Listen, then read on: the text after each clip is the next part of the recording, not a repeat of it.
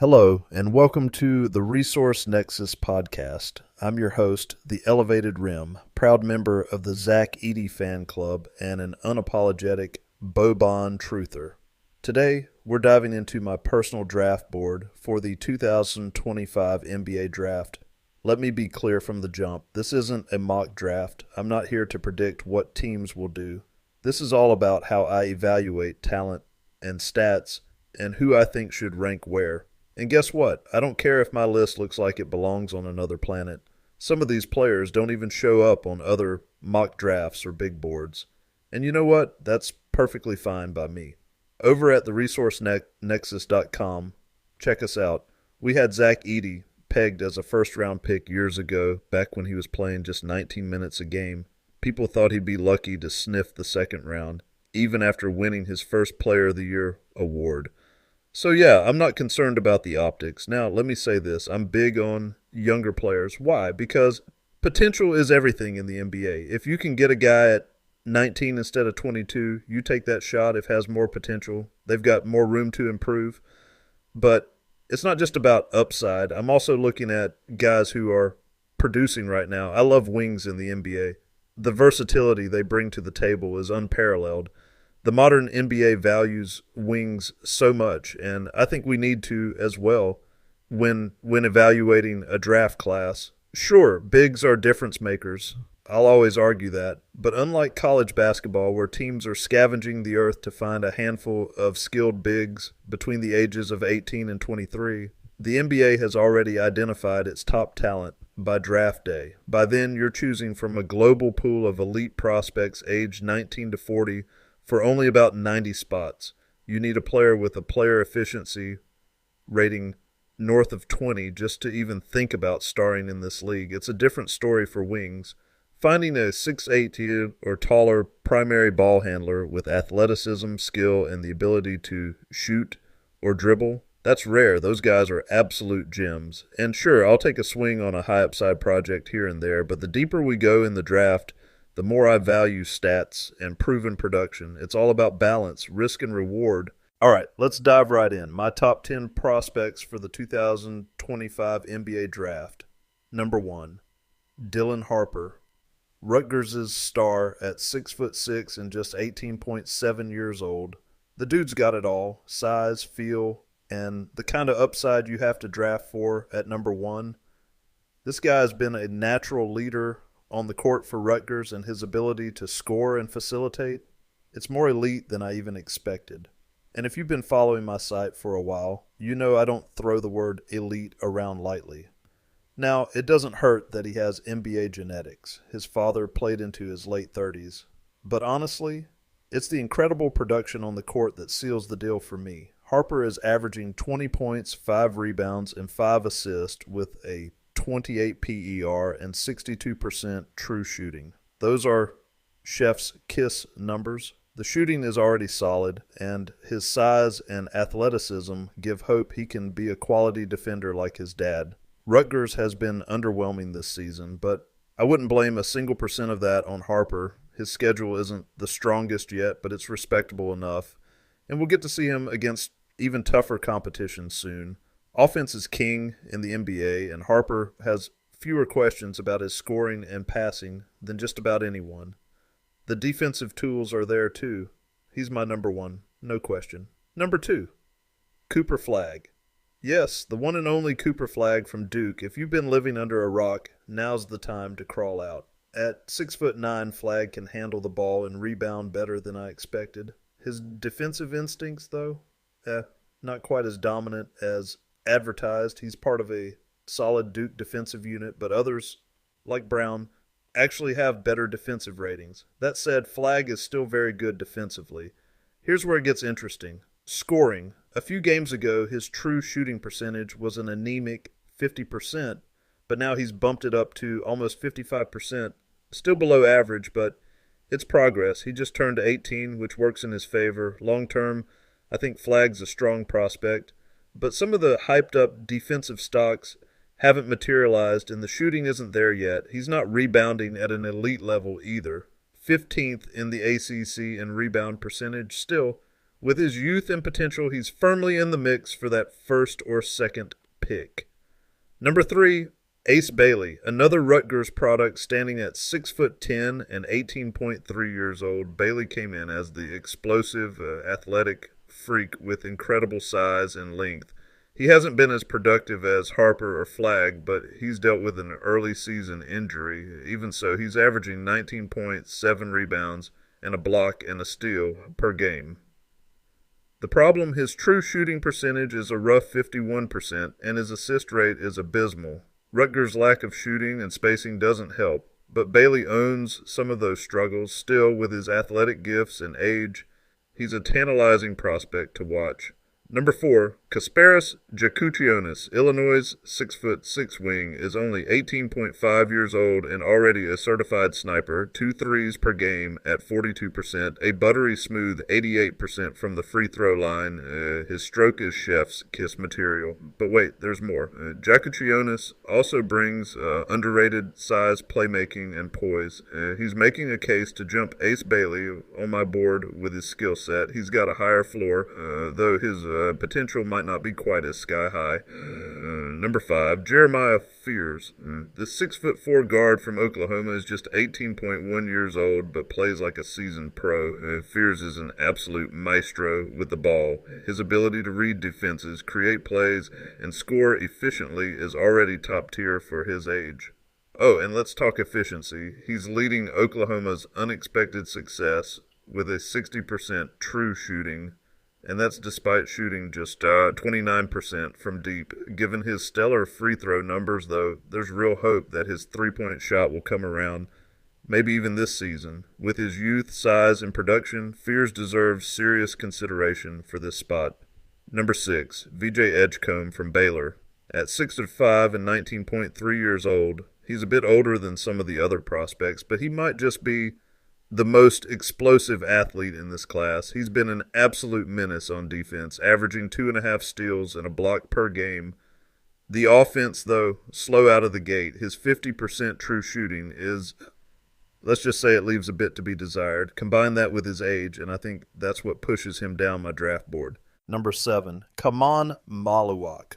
Duke lands another potential unicorn with this 7'2" teenager. At just 18.2 years old, his height, mobility, and shot-blocking ability are almost absurd. He's the kind of guy who can practically touch the rim without jumping. Now, bigs aren't as highly valued in today's NBA for reasons we've already discussed, but considering his youth, physical tools, and high floor, I think you roll the dice on Maluak here. Number 8, Igor Deman out of BYU, another 6'9" forward and just 18.7 years old. Here's the thing, 6 assists per game for a 6'9" college player is wild. That's his standout skill. But the rest of his game, it's trailing behind. He's shooting just 31% from 3 and 67% from the free throw line, which is concerning to say the least. Add to that his skinny frame and underwhelming rebounding numbers, 4.4 boards a game, and you start to see the holes. If he's only an elite passer and average everywhere else, building around him in the NBA could be a challenge. Number 9, Tree Johnson from Texas. This 6'6" wing at 18.7 years old is a natural-born scorer. He's got that give me the ball and get out of the way vibe. His shooting is already elite, 40% from deep on 2.5 makes per game.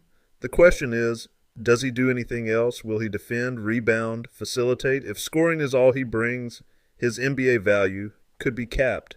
Number 10, Boogie Fland from Arkansas. At 6'2" and just 18.4 years old, Boogie is a certified playmaker. His court vision and ability to create offense are top tier, and his shooting numbers back it up, 38% from 3 on high volume and 84% from the line.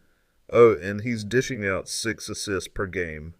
Defense might be a concern at his size, sure. But let's be honest, in today's league, elite offensive skills can overshadow those deficiencies. Why he's not on other draft boards is beyond me. Number 11, Johnny Broome from Auburn.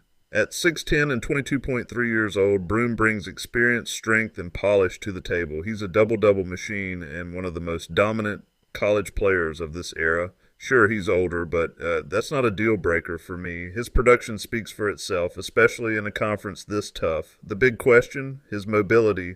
If he shows at the combine that he can move well, I'd have no problem taking him here. He's been that dominant, on par with the likes of E-Day and Zion. Number 12, Jace Richardson out of Michigan State, a 6'4 guard at 19.1 years old with an NBA All-Star father. That pedigree is real. Richardson plays his role beautifully, and he's highly efficient, 48% from three on low volume. He's not flashy, but he's productive and projects as a solid piece in the NBA. And number 13, Josen Sanon from Arizona State at 6'5" and 18.9 years old. Sanon is shooting an eye-popping 48% from 3-on-2, makes a game. It's early, but a 6'5" shooter with his pedigree, that's someone you have to take notice of. The fact that he wasn't on some top 100 boards is borderline ludicrous. Number 14, Will Riley from Illinois at 6'8" and just 18.8 years old. Riley's come down to earth a little since the start of the year, but he's still an intriguing prospect. He's pretty average at most things right now, but the hope is he can pack on some pounds and become more assertive. With his size and potential, there's room for growth, and he could end up being a force down the line. Number 15, Thomas Sorber from Georgetown, another 6'10" forward at 18.9 years old. Sorber is a strong physical presence in the post. We were on him early, ranking him as the fourth best freshman this season, even though most recruiting services had him at 40th. He's not just a bruiser. His touch around the rim is soft, and his defensive timing is impressive. He's a 76% free throw shooter and averages 2.5 blocks per game. Those numbers provide a strong foundation for any player. I think there's hope he can anchor a defense and eventually knock down threes at a solid enough rate to contribute offensively. Number 16, Nolan Traore, representing Saint Quentin in France. At 6'5" and just 18.5 years old, Traore is an explosive athlete with serious defensive upside. He's raw, but the potential here is astronomical. If he could just find his shot, that's the big question. He's shooting a brutal 26% from three and a rough 45% true shooting. His 70% free throw shooting gives a glimmer of hope long term, but I wouldn't spend a top 7 pick on him like some project. Number 17, Asa Newell out of Georgia. At 6'11" and 19.1 years old, Newell's combination of size, athleticism, and shooting touch makes him an intriguing big man prospect. He even has some stretch 5 potential. The blocks and rim defense instincts aren't quite where you'd expect from someone his size, but the potential is definitely there. Number 18, Noah Essengu from Ratio Farm Ulm in Germany. A 6'10" forward and just 17.8 years old, Essengu is one of the youngest players on this list. His raw talent is undeniable, and he's already holding his own in a pro league, averaging 10 points per game. That's impressive stuff, but as with many young players, the shooting needs improvement to reach that next level. Number 19, Cam Jones from Marquette. At 6'4" and 22.7 years old, Jones is a little older than most on this list. But don't let that fool you. His scoring ability, leadership, and experience make him a valuable prospect, especially for teams looking for immediate impact. A lot of teams tend to avoid older players like this because they don't have as much room to develop. But Jones has been too good to pass up. I believe teams won't let him slip into the second round, even if some mocks suggest otherwise. Personally, I wouldn't let him drop. Number 20, Darion Williams at Texas Tech. At 6'7" and 21.6 years old, Williams is a gritty forward who thrives in high-pressure moments. His defensive tenacity and rebounding make him a key piece for any team. He checks all the boxes, 83% free throws, a respectable 35% from three, plus 5 assists, 5 rebounds, and 1.5 steals per game. He's just a little older, but his fit in the NBA and his value are becoming clearer. Number 21, Derek Queen from Maryland, a 6'10" big who just turned 20. Queen is polished, physical, and plays with the kind of confidence you want from a front court anchor. The biggest issue, he's not a great defender yet, and his block numbers are low. Plus, the fact that he's already 20 years old puts him a step behind players like Sorber and Newell in my book. But there's still hope. Number 22, Liam McNeely from UConn. At 6'7" and 19.1 years old, McNeely is a versatile wing with great instincts. He's the Swiss Army knife of players, does a little bit of everything, but his standout skill. Stealing the ball, that defensive potential could set him apart as he refines his game. Number 23, Kon Knueppel at Duke. A 6'7" wing and 19.3 years old, Knueppel is a sharpshooter with a high basketball IQ. The question is, will he be able to handle the athletes in the NBA? At times, he seems a bit sped up already at Duke. Still, the shooting ability is elite, and at his size, his value can't be overlooked. He's got a lot to prove, but the potential is undeniable. Number 25, Ian Jackson from North Carolina. At 6'5" and 19.8 years old, Jackson is a bucket getter with elite athleticism. He plays with swagger, and his upside on both ends of the floor is undeniable.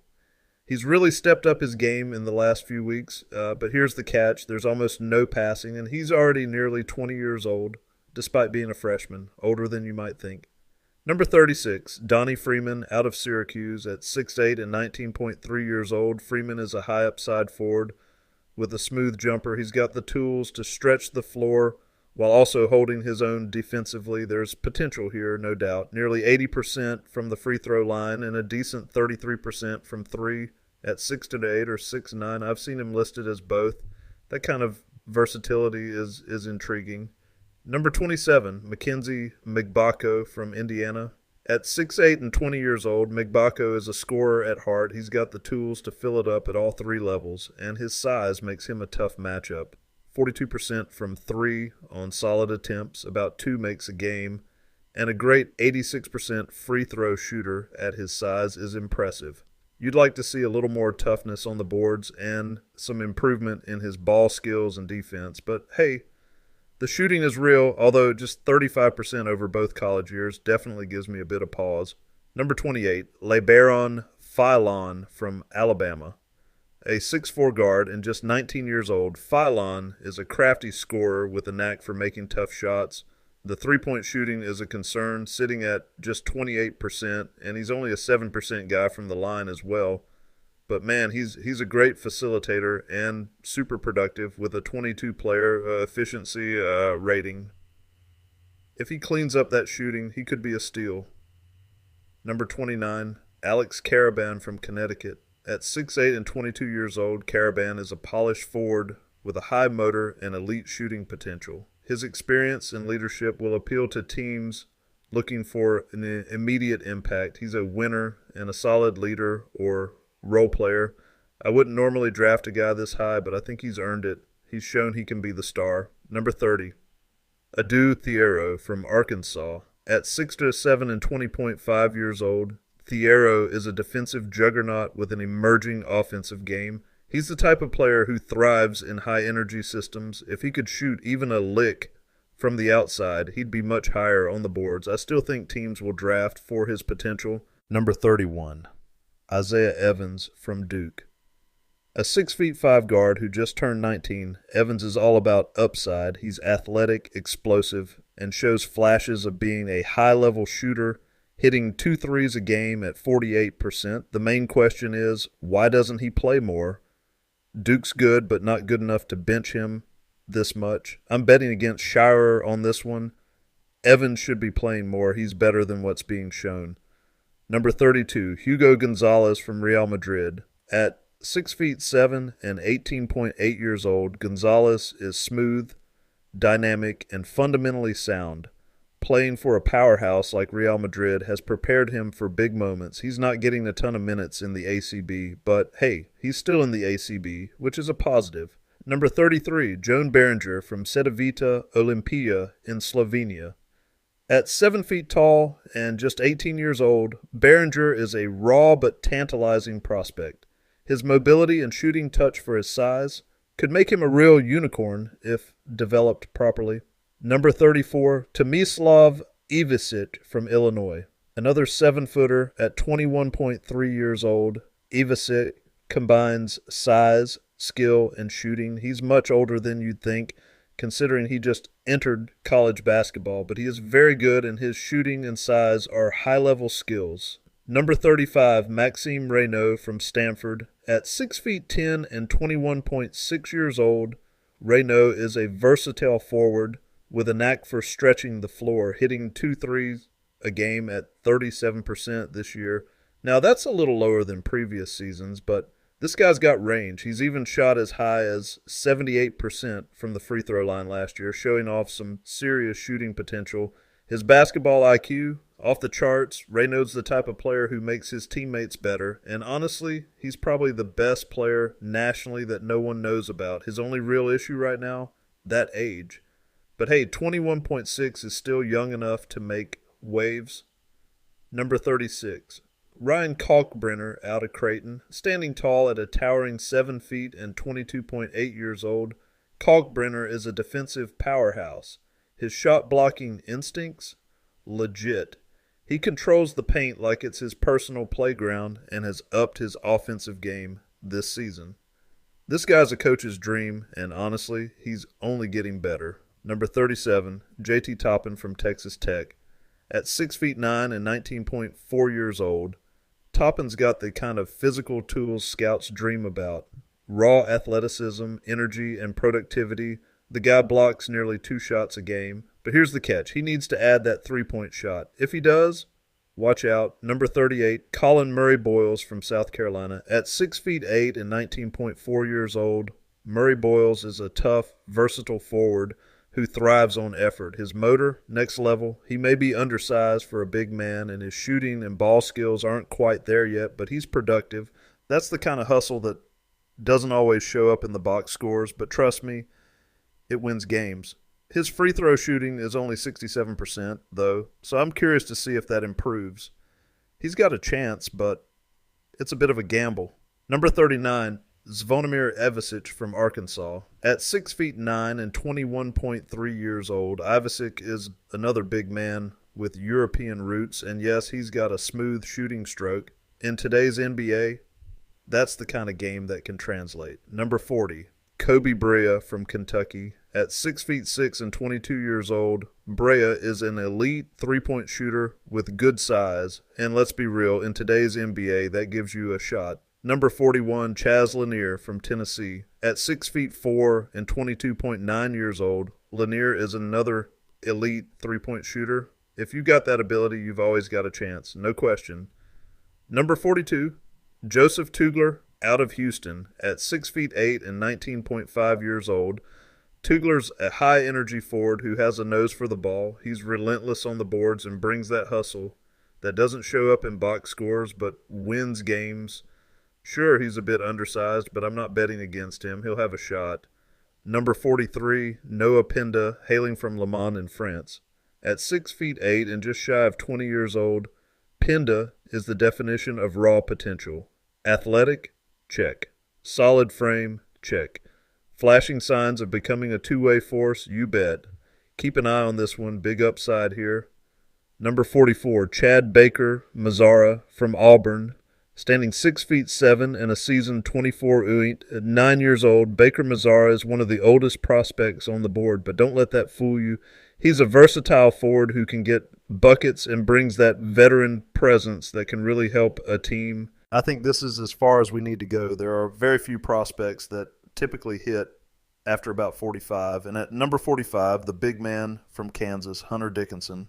At 7 feet 2 and 24 years old, Dickinson is a bruiser in the paint. He's got that old school throwback center game where he dominates down low. But here's the kicker. He's also got a surprising touch from mid-range. He's the kind of player who can anchor your team's interior defense, even make a three. Now, I know some folks knock his defense, but trust me, it's better than the national consensus says. This guy could be a poor man's Brook Lopez with his rim protection and potential shooting long term.